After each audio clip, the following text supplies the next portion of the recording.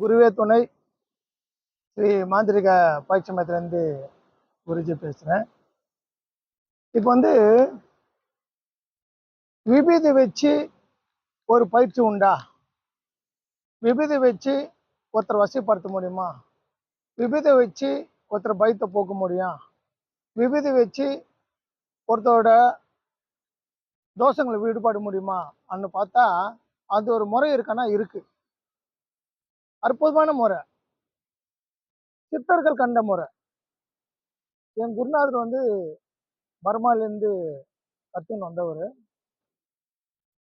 தமிழ் முறைப்படி பர்மால வந்து நிறைய மாந்திரிக வித்தைகள் உண்டு. அற்புதமான வித்தைகள். என் குருநாதர் பர்மாக்காரர் தான். அவர்கிட்ட நான் கத்துக்கும் போது எனக்கு இந்த விஷயத்த சொல்லிக் கொடுத்தாரு. ரொம்ப நல்லா இருக்கும் இந்த விஷயம். இது பார்த்தீங்கன்னா, சென் நாயுருவி. நல்ல நாயுருவி இருக்கும். சிகப்பு காலர் நாயுருவி இருக்கும். அந்த சென் நாயுருவி. அது வந்து நீங்க 48 நாயூரு வேர் எடுக்கணும்.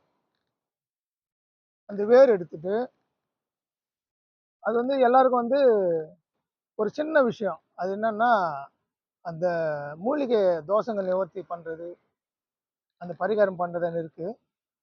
ஆனா இந்த விஷயத்துக்கு அந்த அளவுக்கு தேவையில்ல. நீங்க வந்து ஒரு எலுமிச்சை பழம் மட்டும் பலி குடுத்துட்டு, அது உடைச்சு 2 பிரிஞ்சு போட்டுட்டு, அதுக்கப்புறம் அந்த மூலிகை எடுக்கலாம். சரிங்களா? அது பண்ணாலே போதும்.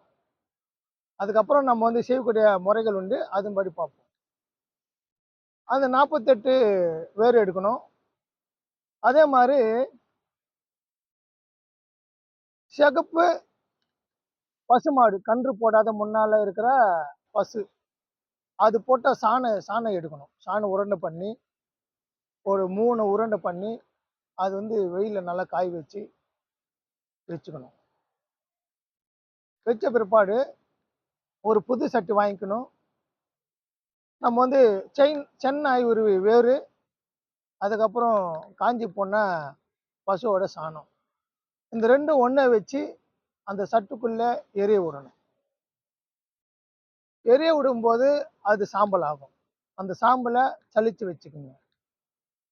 சலிச்சு வச்சுக்கிட்டு, அதுல வந்து சுத்தமான முறையில பன்னீர் அது போட்டு ஜவ்வாது கொஞ்சம் போட்டு நல்லா பிசைஞ்சிருங்க. பிசைஞ்சு காய வச்சுட்டு, காய வச்ச பிற்பாடு திருப்பி நீங்க என்ன பண்றீங்க, அதெல்லாம் வந்து தூள் ஆக்குங்க. அந்த கட்டு கட்டியா இருக்கும். அதெல்லாம் தூளாக்கி பண்ணிட்டீங்கன்னா, ஒரு தட்டுல போட்டு அது வந்து நெருப்பு விட்டுருங்க. அந்த தட்டு போல நெருப்பு விட்டுருங்க. நான் வந்து எந்திரம் குடுத்துருக்கிறேன். மந்திரம் தரேன். அந்த எந்திரத்த அந்த ஒரு ஒரு பெரிய தட்டுல விபூதி கொட்டிருக்கீங்களா, அதுல எழுதணும். அதுல எழுதிட்டு நடுவுல எலுமிச்சை பழம் வச்சு, எலுமிச்சை பழம் மேல கற்பூரம் வச்சு, கற்பூரம் வந்து எரிஞ்சுனே இருக்கணும், அணையக்கூடாது. கீழ குடுத்திருக்கிற மந்திரத்த படிக்கணும். இந்த மந்திரத்த படிக்கும்போது, இது வந்து ரொம்ப ரொம்ப அற்புதமானது. அது வந்து பண்ணும்போது தான் உங்களுக்கு தெரியும். என்னன்னா, பஞ்சாட்சரத்துல ஜடாட்சரத்த கலக்கிறது. அதாவது சிவபெருமான சக்தியில இருந்து முருகப்பெருமானுக்கு அருள் வாங்கி குடுக்கிறது. முருகப்பெருமான் கிட்ட இருந்து அருள் வாங்கி குடுக்கும். சர்வ ஜன்மத்த வசியப்படுத்துறோம். சர்வ தோஷங்கள் நிவர்த்திப்படுத்துறோம். சரிங்களா? சில உடலும் தோஷங்கள் நிவர்த்திப்பட்டு உடலை வந்து கட்டுப்பட வைக்கிறோம். அப்படிப்பட்டது தான் இந்த சக்தி வாழ்ந்த இந்த மந்திரம். இதை பயன்படுத்துங்க. அற்புதமா இருக்கும். நீங்க யாருக்காவது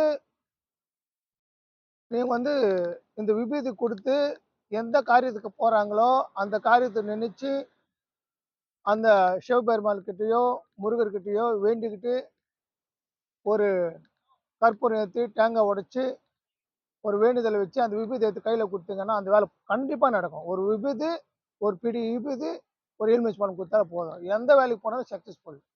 அந்த எந்திரத்த நம்ம பார்ப்போம். அது கவனமா பாருங்க. ரொம்ப முக்கியமானது. இது பார்த்து பயனடைங்க. இதுல செய்முறை விளக்கம் தான் முக்கியம். இந்த முறை வந்து கை கண்டது. அற்புதமான முறை. இத நீங்கலாம் பயன்படுத்திக்கணும். இது ஏனாத்தனமான செய்யக்கூடாது. ரொம்ப சக்தியான மந்திரன்றதுனால பயபக்தி செஞ்சீங்கன்னா ரொம்ப நல்லா இருக்கும். அதனால இது இது வந்து பயனடைங்க. இதில் ஏதாவது உங்களுக்கு சந்தேகங்கள் இருந்தாலும், கேள்விகள் இருந்தாலும் எனக்கு கேட்டு தெரிஞ்சுங்க. நீங்க எல்லாரும் நல்லா இருக்க எல்லாம் வேண்டிக்கிறேன். ஓம் நமச்சிவாய! ஓம் நமச்சிவாய!